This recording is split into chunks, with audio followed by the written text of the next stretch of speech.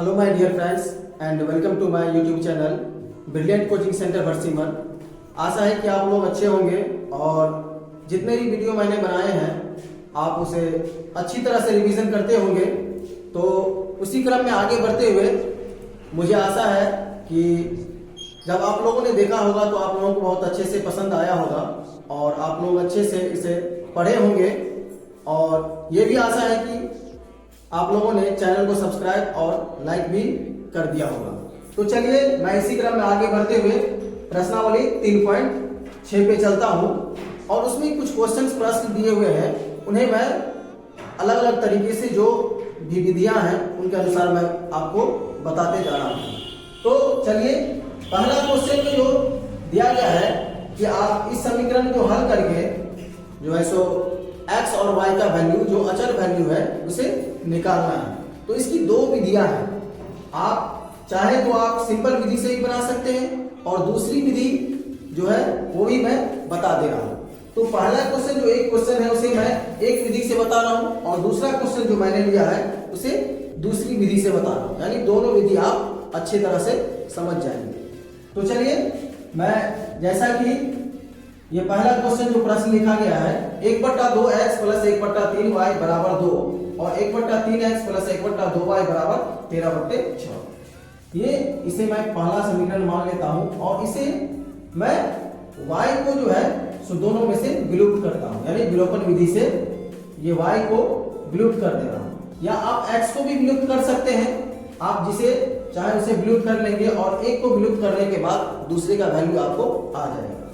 तो इसे विलुप्त करने के लिए मुझे यहाँ पे समीकरण 1 में 1/2 से मल्टीप्लाई करना होगा और समीकरण 2 में 1/3 से मल्टीप्लाई करना होगा।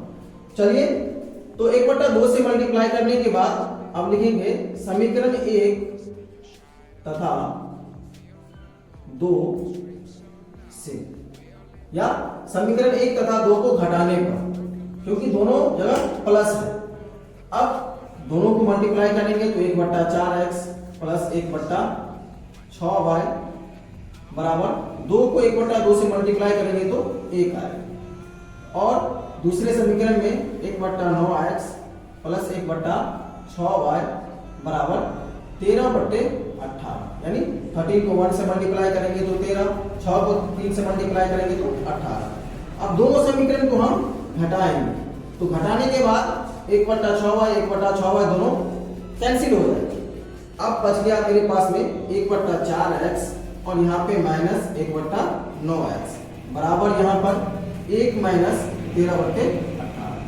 इसे मैं 1/1 के रूप में भी लिख सकता हूँ। चलिए दोनों तरफ जो है सो एलसीएम करने के बाद यहाँ पे 36x एलसीएम हो जाएगा, यहाँ पर 9 - 4 और यहां पर 18 लघुत्तम हो जाएगा। तो 18 - 13 यहां पर 5/36x बराबर 5/18। आप चाहें तो यहां भी ऊपर ऊपर और नीचे नीचे काट सकते हैं, क्योंकि क्रॉस मल्टीप्लिकेशन करने के बाद आपको ये उसी तरह से वैल्यू आएगा। या आप दोनों को क्रॉस मल्टीप्लिकेशन कर लें तो 36x गुने 5 = 5 × 18। तो 36x बराबर मेरे पास आ जाएगा 5 × 18 बट्टे 5। x बराबर आ जाएगा यहां पर x बराबर निकल के आ जाएगा 5 × 18 बट्टे 5 × 36। 5 5 कैंसिल, 18 दूनी 36, यानी x का वैल्यू जो मेरे पास आ गया वो 1/2। यानी इस विधि से आप डायरेक्ट x का वैल्यू निकाल लेंगे। उसके बाद समीकरण 1 में या 2 में x का वैल्यू देने पर, समीकरण 1 में मैं देता हूं x का मान रखने पर, तो समीकरण 1 मेरे पास 1/2x + 1/3y बराबर 2। तो 1/2 × x का मान मेरे पास 1/2 है प्लस 1/3y बराबर 2। यहाँ पे ये कैंसिल हो जाएगा तो 1/1 यानी 1 प्लस 1/3y बराबर 2। 1 को मैं इधर लेके जाऊंगा तो 1/3y बराबर 2 - 1 यानी 1/3y बराबर 1। अब क्रॉस मल्टीप्लिकेशन करने के बाद 3y बराबर 1, तो y बराबर 1/। जैसा कि आप लोग देख रहे हैं कि यहाँ पर मेरे पास डायरेक्ट x और y का दोनों का वैल्यू आ चुका है। x का वैल्यू 1/2 और y का वैल्यू 1/3। अगर आप चाहें तो इसे मान के भी बना सकते हैं। तो जो मैं दूसरा प्रश्न लिया हूं, इसे मैं मान के आप लोगों को बता दे रहा हूं कि अगर दूसरी विधि से अगर आप कहीं भी पढ़े होंगे या आप पढ़ना चाहेंगे दूसरी विधि से कैसे बना सकते हैं, तो इसे आप मान के भी बना सकते हैं। तो चलिए मैं मान के इसको बता दे रहा हूं। तो इसमें मैं मान लेता हूं, माना कि 1/√x बराबर p और 1/√y बराबर q। तो इसके बाद अगर मानने के बाद जब इसमें मैं वैल्यू दूंगा तो मेरे पास समीकरण आ जाएंगे 2p + 3q बराबर 2, समीकरण नंबर 1। फिर 4p + 9q बराबर -1, समीकरण नंबर 2। अब इसमें भी सेम उसी तरह से मैं विलोपन विधि से बनाता हूं। इस समीकरण में 3 से गुणा करने पर, क्योंकि मैं q को विलुप्त करूंगा तो 3 से मल्टीप्लाई करूंगा तो मेरे पास में 9 आ ही जाएगा। इसे 1 से मल्टीप्लाई करने पर तो अब लिखूंगा मैं समीकरण 1 तथा 2 से, या समीकरण 1 और 2 को जोड़ने पर गुना करने के बाद 6p + 9q बराबर 6 और यहाँ पर 4p - 9q बराबर -1। यहाँ पर 1 से मल्टीप्लाई करने के बाद वही रह जाएगा। अब दोनों को मैं क्या करूंगा, जोड़ूंगा तो जैसे है सेम वैसे ही रह जाएगा। तो यहाँ पे 9q कैंसिल हो गया। अब 6 4 10p बराबर घटाने के बाद 5, तो p बराबर मेरे पास आ जाएगा 5/10, यानी 1/2। p का मान मेरे पास 1/2 आ चुका है। अब मैं p का मान जो हूं सो समीकरण 1 में रखूंगा।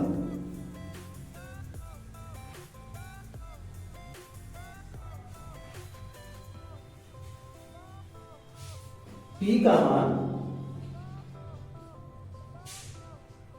समीकरण 1 में रखने पर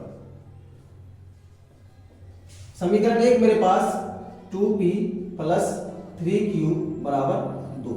तो समीकरण 1 में p का मान दूंगा तो 2 × 1/2 + 3q बराबर 2, यानी ये मल्टीप्लाई कट जाएगा। तो 1 + 3q = 2, यानी 3q बराबर 2 - 1, यानी 3q बराबर मेरे पास 1 और q का मान 1/3। तो p का मान भी मेरे पास आ चुका है और q का मान भी मेरे पास आ चुका है। अब दोनों मान आ चुका है तो मुझे तो निकालने के लिए बोला था x का मान और y का मान। तो यहाँ पे मैं जो माना हूं उसके बराबर में अब मैं करता हूं। तो मैंने माना है जो 1/√x बराबर p। अब p का मान 1/2 है तो 1/√x बराबर 1/2। अब क्रॉस मल्टीप्लिकेशन करने के बाद मेरे पास आएगा √x = 2। अब आप लोग ये जानते होंगे कि अगर बराबर के दूसरी तरफ प्लस को ले जाते हैं तो माइनस होता है, माइनस को ले जाते हैं तो प्लस होता है। उसी तरह से अगर रूट को बराबर के उस तरफ ले जाएंगे तो क्या हो जाएगी, स्क्वायर हो जाएगी। तो x = 2 का स्क्वायर, यानी x = 4। या आप दोनों तरफ वर्क करके भी देख सकते हैं। अगर दोनों तरफ वर्क करेंगे तो फिर भी आपको यही प्राप्त होगा। फिर 1/√y बराबर q, 1/√y बराबर q का मान 3 आया है। तो क्रॉस मल्टीप्लिकेशन करने के बाद √y = 3 और y सेम, अगर रूट को बराबर के उस तरफ ले जाएंगे तो स्क्वायर हो जाएगा और यहाँ पर स्क्वायर करने के बाद 9। तो मेरे पास दूसरी विधि से भी x का मान 4 और y का मान 9 आ चुका है। लेकिन दोनों विधि में थोड़ा सा ये अंतर है, ये थोड़ी लंबी विधि में जाती है और इसे बनाने में थोड़ा टाइम लगता है। लेकिन अगर आपके पास टाइम हो तो आप दोनों में से जिस विधि से बना सकें आप उसे बना लेंगे और हल कर लेंगे। चलिए मैं अब चलता हूं, कुछ एक और प्रश्न, एक दो प्रश्न और लेकर के बता दे रहा हूं जो किस तरह से बनेंगे और आप इसे दोनों विधि से रिवीजन करेंगे तो अच्छे से समझ पाएंगे। तो अब काटने के बाद मेरे पास आ जाएगा 1/5। तो p का मान मेरे पास क्या आ गया, 1/5। अब p का मान 1/5 आ गया तो p का मान जो है, तो मैं समीकरण 1 में रखता हूं। तो p का मान समीकरण 1 में रखने पर, तो p का मान समीकरण 1 में दूंगा तो tan p प्लस 2q बराबर 4। तो tan इंटू p का मान 1/5 प्लस 2q बराबर 4। काटने के बाद 2 प्लस 2q बराबर 4। अब 2 को इस साइड ले जाऊंगा तो 2q बराबर 4 माइनस 2 और 2q बराबर 2। तो q इक्वल टू 2/2 यानी कट जाने के बाद q का मान 1 हो जाएगा। अब p का मान मेरे पास 1/5 और q का मान 1 आ चुका है। तो अब मैंने जो माना है अब उस पे चलूंगा। तो यहाँ पे माना है कि 1/x प्लस वाई बराबर p। तो 1/x प्लस वाई बराबर p का मान 1/5। तो यहाँ पर आप अगर क्रॉस मल्टीप्लिकेशन करेंगे तो x प्लस वाई बराबर आपके पास 5 यानी समीकरण 3। जैसा कि मैंने बताया था, जो आप अगर मान की बनाते हैं तो 4 इक्वेशन आपके पास बनेंगे और ये चारों इक्वेशन सॉल्व करने के बाद आपके पास वैल्यू आएगा। अब फिर q का मान दूंगा तो 1/x माइनस वाई बराबर 1। क्रॉस मल्टीप्लिकेशन करने के बाद मेरे पास में x माइनस वाई बराबर 1 यानी समीकरण नंबर 4। अब समीकरण 3 और 4 को मैं हल करता हूं।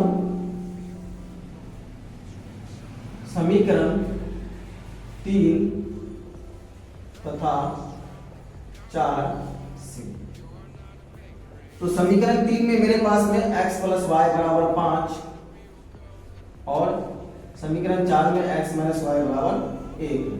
अब y कैंसिल हो जाएगी तो 2x इक्वल टू 6। तो x इक्वल टू 6/2। यहाँ पर x का मान मेरे पास में 3 आ गया। अब x का मान समीकरण 3 में दे देंगे। समीकरण 3 में देने पर तो x का मान समीकरण 3 यानी समीकरण 3 मेरे पास x plus y equal to 5 दिया गया है। तो x का मान 3 प्लस वाई इक्वल टू 5 यानी y इक्वल टू 5 माइनस 3 यानी 2। तो इतना सा सॉल्यूशन करने के बाद मान के बनाने पर मुझे यहाँ पर x का मान 3 और y का मान 2 आ चुका है।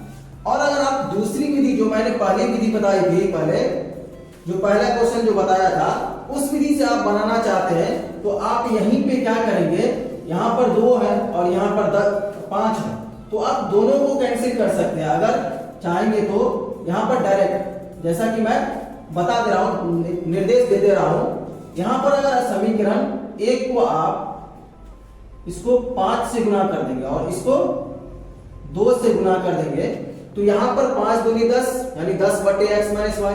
यहाँ पर 2 पंचे 10, 10/x माइनस वाई। यानी आप इस दोनों को कैंसिल करेंगे तो आपका इक्वेशन यहाँ पे जो मैंने इक्वेशन निकाला है, ये इक्वेशन, एक ये इक्वेशन और एक ये इक्वेशन, आपको डायरेक्ट काटने के बाद दोनों समीकरण को हल करने के बाद डायरेक्ट आप इस पे पहुंच जाएंगे बिना माने हुए भी।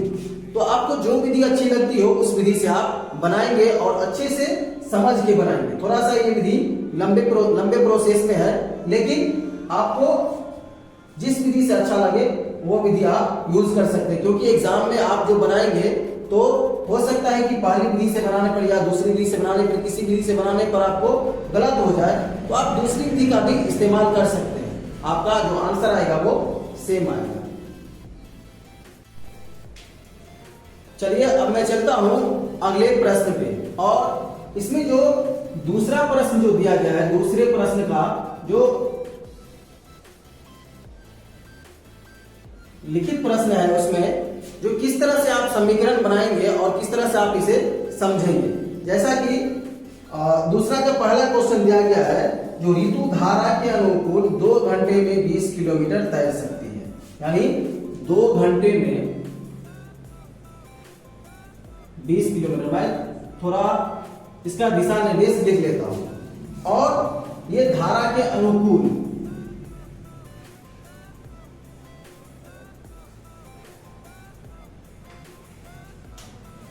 धारा के अनुकूल और प्रतिकूल में,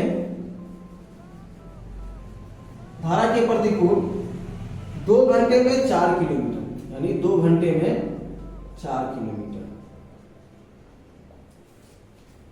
चलिए इसको मैं देखता हूं। तो क्या कह रहा है कि ऋतु धारा के अनुकूल 2 घंटे में 20 किलोमीटर जा सकती है और धारा के प्रतिकूल 2 घंटे में 4 किलोमीटर। तो इसके लिए मुझे क्या करना होगा, और इसमें निकालने के लिए क्या बता रहा है कि स्थिर जल में चाल और नाव की चाल, यानी मुझे दोनों निकालने हैं, यानी कि उसकी स्थिर जल में तैरने की चाल और धारा की चाल। यानी तो मान लेता हूं मैं, माना कि स्थिर जल में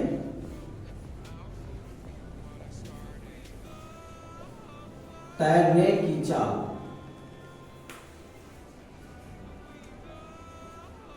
बराबर x किलोमीटर प्रति घंटा और धारा की चाल बराबर y किलोमीटर प्रति घंटा। अब यहां से एक सवाल ये उठता है कि स्थिर जल में तैरने की चाल x किलोमीटर प्रति घंटा है, ऋतु जो तैर रही है, और धारा की चाल जो उसमें पानी का वेग है और जो चाल है वो y किलोमीटर प्रति घंटा से चल रही है। तो यहां पर कहा गया है कि 2 घंटे में धारा के अनुकूल 20 किलोमीटर। अगर धारा के अनुकूल कोई भी चीज, कोई भी वस्तु अगर जाएगी जिधर से पानी आ रही है और उधर से ही आप उसी दिशा में जा रहे हैं, तो आपका स्पीड बढ़ जाएगा, यानी दोनों स्पीड आपका जुड़ जाएगा। तो धारा के अनुकूल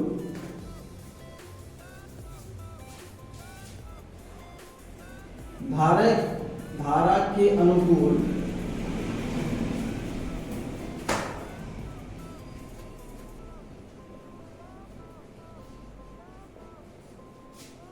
चाल, धारा के अनुकूल जो चाल है वो x प्लस वाई, यानी दोनों जुड़ जाएंगे। और धारा के प्रतिकूल, यानी उसके अगर विपरीत दिशा में हम जाएंगे तो क्या होगा कि धारा मुझे विपरीत दिशा में जाने से रोकेगी और उसमें मेरी चाल कम हो सकती है। तो ये क्या हो जाएगा कि धारा के प्रतिकूल चाल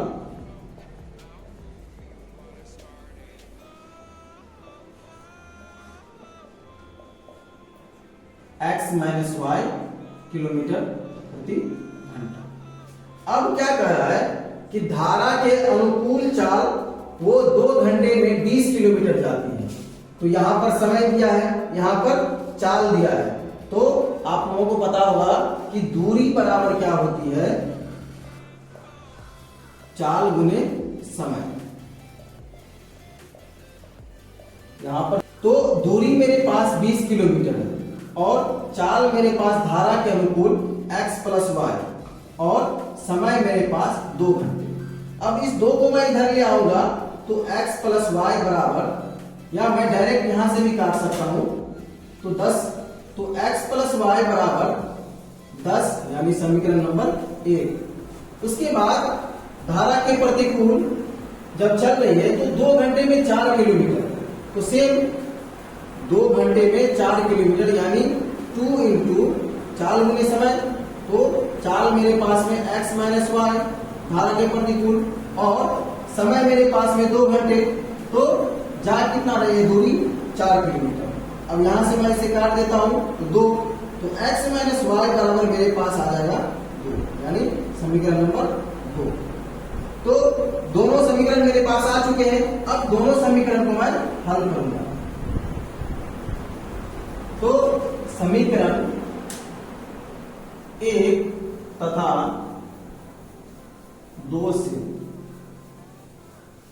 दोनों समीकरण को मैं हल करूंगा, तो मुझे x और y का मान यानी धारा के अनुकूल चाल और स्थिर जल में तैरने की चाल और धारा की चाल मुझे पता चल जाएगी। तो x प्लस वाई बराबर 10 और x माइनस वाई बराबर 2, दोनों समीकरण को जोड़ने पर y कैंसिल, यहाँ पर 2x बराबर 12 और x बराबर 12/2 यानी 6। तो x बराबर 6 किलोमीटर, x बराबर 6।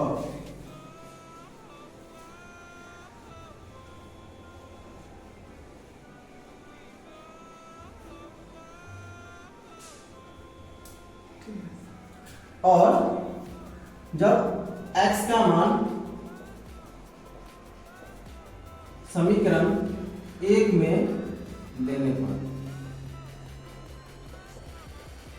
तो x का मान समीकरण 1 में देंगे तो x प्लस वाई बराबर 10, यानी x का मान 6 प्लस वाई बराबर 10 और y बराबर 10 में से 10 माइनस 6 बराबर y इक्वल टू 4।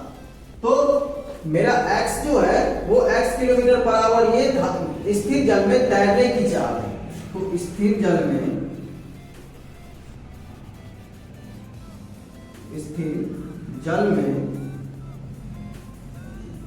तैरने की चाल बराबर 6 किलोमीटर यानी 6 किलोमीटर प्रति घंटा, और धारा की चाल जो है वो 4 किलोमीटर प्रति घंटा से चल रही है। तो आप लोग इसे समझ गए होंगे जो किस तरह से मुझे इस तरह के प्रश्नों को बनाने हैं और किस तरह से मुझे क्या चीजें माननी है और किस तरह से मुझे समझनी है। सिर्फ इसमें समझना ये है कि अनुकूल और प्रतिकूल। अनुकूल ये होता है कि जो मैं इसे उसके अनुकूल अगर चलूंगा तो मेरी स्पीड बढ़ जाएगी, यानी दोनों ऐड हो जाएगी और धारा की चाल जो है और स्थिर जल में तैरने की चाल दोनों ऐड हो जाएगी, और प्रतिकूल में दोनों माइनस हो जाएगी। तो इस तरह से आप इस प्रश्न को बना सकते हैं, इस तरह के प्रश्नों को आप बना सकते हैं। चलिए अब दूसरा का, ये तो पहला क्वेश्चन था। अब दूसरे क्वेश्चन का मैं समीकरण निकाल के मैं उसे बता दे रहा हूं, और उससे आगे तीसरा प्रश्न, दूसरा का जो तीसरा प्रश्न है उसे भी मैं समीकरण निकाल के बता दे रहा हूं, और समीकरण को आप हल करेंगे तो दोनों का मान आप निकाल सकते हैं। तो दोस्तों चलते हैं मैं दूसरे प्रश्न पे। जो इसमें दिया क्या है कि 2 महिलाएं और 5 पुरुष एक काम को 4 दिन में करते हैं, और 3 महिलाएं 6 पुरुष एक काम को जो साथ मिलकर के काम करते हैं तो वो 3 दिन में पूरा करते हैं। तो मैं मान लेता हूं कि माना कि एक महिला द्वारा किया गया काम x दिन है, तो वो 1/x भाग काम करेगा, और एक पुरुष द्वारा किया गया काम y दिन में है तो 1/y भाग काम करेगा। तो इस तरह से जब 2 महिलाएं काम करेगी तो 2/x प्लस और 5/y यानी 5 पुरुष और मिलकर के जो काम कर रहे हैं तो वो 1/4 भाग काम करेंगे। अब ये समीकरण नंबर 1। अब फिर दूसरे काम में यानी 3 महिलाएं और 6 पुरुष तो 3/x प्लस 6 पुरुष यानी 6/y बराबर 1/3 यानी समीकरण नंबर 2। अब दोनों समीकरण को आप हल कर सकते हैं, जैसा कि मैंने पहले बताया था कि पहला क्वेश्चन जो मैंने बताया था, जो आप क्या करेंगे, दोनों को अगर इस समीकरण को आप 3 से मल्टीप्लाई कर देते हैं, इस समीकरण को आप 2 से मल्टीप्लाई कर देते हैं, तो पहला जो ये x का वैल्यू है वो डिलीट हो जाएगा। तो 3 यानी 6/x प्लस 15/y बराबर 3/4, और दूसरा इक्वेशन जो आएगा 6/x प्लस 12/y बराबर 2/3। अब इस दोनों समीकरण को मैं हल करूंगा तो यहाँ पर हल करने के बाद घटाने के बाद 6/x कैंसिल हो जाएगा। तो यहाँ पर मेरे पास आ जाएगा, यहाँ पर 15/y माइनस 12/y बराबर 3/4 माइनस 2/3। तो यहाँ पर y यानी 15 माइनस 12 बराबर लघुत्तम 12 हो जाएगा। यहाँ पर 9 माइनस 8 यानी 3/y बराबर 1/12। तो मेरे पास y का मान क्या आ गया 36। यानी जो एक पुरुष जो काम करेगा वो 36 दिन में वो काम को पूरा करेगा। अब y का मान समीकरण 1 में देंगे। समीकरण 1 में देने पर या रखने पर, तो समीकरण 1 में यानी कि समीकरण 1 मेरे पास है 2/x प्लस 5/y बराबर 1/4। तो 2/x प्लस 5/36 बराबर 1/4। अब इसको मैं इधर लेके जाऊंगा तो 2/x बराबर 1/4 माइनस 5/36।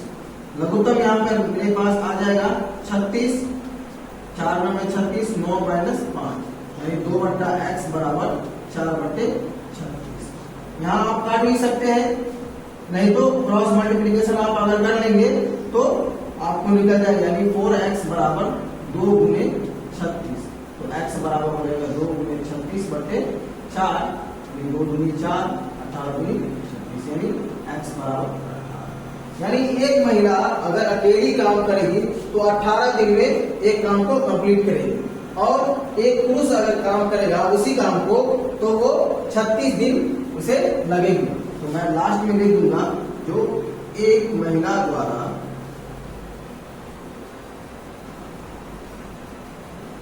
लिया गया समय, या एक महिला उस काम को पूरा करने में समय कितने लगाएंगे तो 18 दिन, और एक पुरुष जो उस काम को करेंगे अकेला तो उसमें 36 दिन उसे पूरा करने में लगेंगे। तो इस तरह से आपका जो दूसरा प्रश्न था, दूसरे का दूसरा प्रश्न, इसे मैं हल कर दिया हूं। अब मैं चलता हूं तीसरे प्रश्न पे, जो कि तीसरा प्रश्न जो दिया गया है उसमें कुछ दूरी वाले सवाल है। तो इसी तरह से मैं उस प्रश्न को हल करता हूं, और आप लोग जो है सो इसका स्क्रीनशॉट भी रख लेंगे, और जब आप पढ़ते होंगे तो आपको जरूर पसंद आता होगा, तो आप चैनल को लाइक एंड सब्सक्राइब जरूर कर देंगे।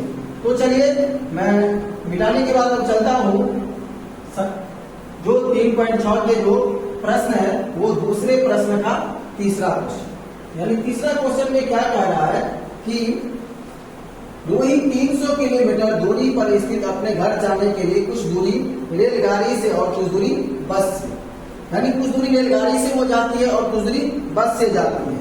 यदि वह 60 किलोमीटर रेलगाड़ी द्वारा, यानी रेलगाड़ी द्वारा 60 किलोमीटर, और जो बचा हुआ है, तो अगर बचा हुआ है वो बस से तय करती है, तो बचा हुआ मेरे पास में क्या हो जाएगा 300 माइनस जो दूरी है यानी 60 किलोमीटर वो तो तय कर चुकी है, तो 240 किलोमीटर ये दूरी तय करेगी। उसे तय करने में 4 घंटे लगते हैं, मैं इसे डिफाइन करके बता दूंगा, 4 घंटे लगते हैं।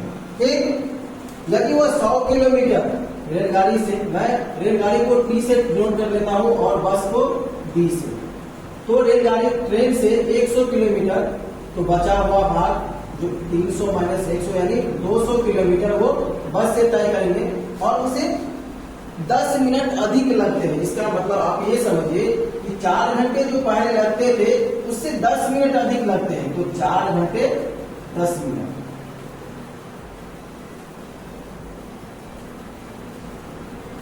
4 घंटे 10 मिनट।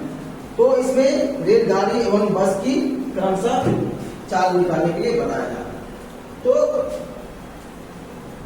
अगर 60 किलोमीटर यानी टोटल दूरी मेरे पास में 300 किलोमीटर है और मैं 60 किलोमीटर ट्रेन से जाऊंगा तो बचा हुआ जो दूरी है वो बता रहा है क्वेश्चन प्रश्न क्या, जो वो बस से जाती है, तो बचा हुआ जो है वो 300 माइनस 60 यानी 240 किलोमीटर है और वो इसे दूरी तय करने में टोटल 4 घंटे लगते हैं। फिर 100 किलोमीटर दूरी ट्रेन से यानी रेलगाड़ी से तो बचा हुआ 200 किलोमीटर बस से तय करते हैं, तो 4 घंटा 10 मिनट यानी 4 घंटे 10 मिनट को मैं अगर कन्वर्ट कर दूंगा, बदल दूंगा घंटा में, तो 4 घंटे प्लस 10/60 यानी कितना हो जाएगा 1/6 यानी 4 प्लस 1/6 यानी अगर आप इसको लघुत्तम करेंगे तो 24 प्लस 1/6 यानी 25/6 घंटे लगेंगे। यानी मैं इसे टोटल को घंटा में बदल दिया हूं तो मुझे इस फ्रैक्शन के रूप में यानी 25/6 घंटे लगेंगे। चलिए मैं अब प्रश्न को हल करता हूं। तो माना कि रेलगाड़ी की चाल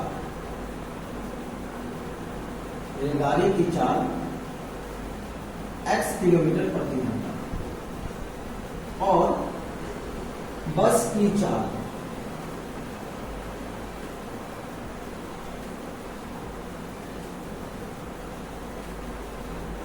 चाल y किलोमीटर प्रति घंटा। तो जब रेलगाड़ी की चाल x किलोमीटर प्रति घंटा और बस की चाल y किलोमीटर प्रति घंटा है तो रेलगाड़ी से वो 60 किलोमीटर जाता है और x किलोमीटर प्रति घंटा के चाल से, और मेरे पास समय दिया गया है तो मैं जो समय निकालूंगा तो दूरी बटे चाल बराबर, मैंने बताया था पीछे क्वेश्चन में, जो चाल दूरी बराबर होता है चाल गुने समय। तो यहां पर मैं लिख देता हूं, यहां पर समय बराबर दूरी बटे चाल होते हैं।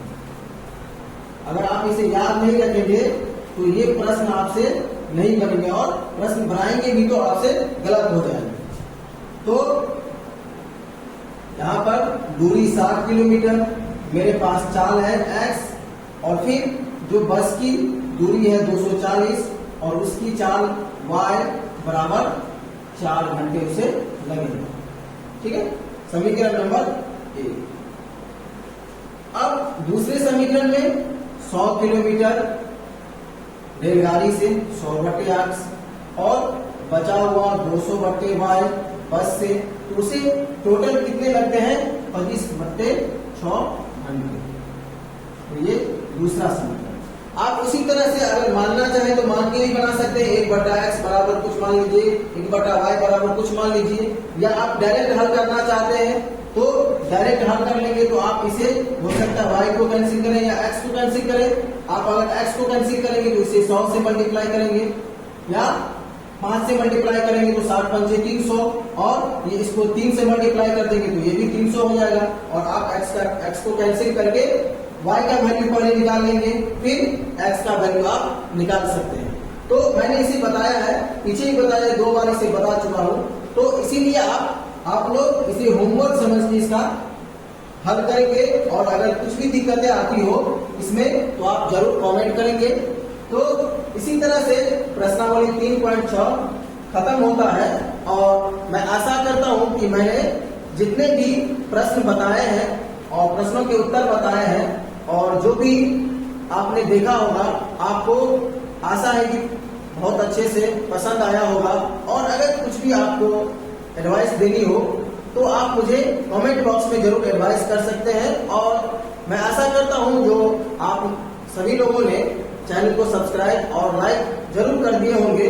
तो इसके बाद जो ये बहुपद का चैप्टर है उस चैप्टर को खत्म होने के बाद में, ये तो खत्म हो चुका है, उसके बाद मैं अगले चैप्टर यानी 4th चैप्टर जो है उस चैप्टर को लेकर आऊंगा। और 4th चैप्टर में द्विघात समीकरण है यानी प्रश्नावली 4 जो है वो द्विघात समीकरण या द्विघात बहुपद द्विघात समीकरण है। तो द्विघात समीकरण में जिस तरह से मैंने जैसे जिस तरह से मैंने बहुपद चैप्टर में मैंने बताया था, जो पहले फॉर्मूला, फिर उसके बाद एक हर एक चैप्टर से कुछ कुछ प्रश्न लेकर के, इंपोर्टेंट प्रश्न लेकर के बताया था, उसी तरह से मैं इसे भी बताते रहूंगा। और आशा करता हूं आप लोग अच्छे से इसे समझते होंगे और आप लोग रिवीजन करते होंगे, आप लोगों को फायदा जरूर होगा, आप लोग हमेशा इस पे बने रहेंगे। Thank you so much and like and subscribe brilliant coaching centre Bhatsimar.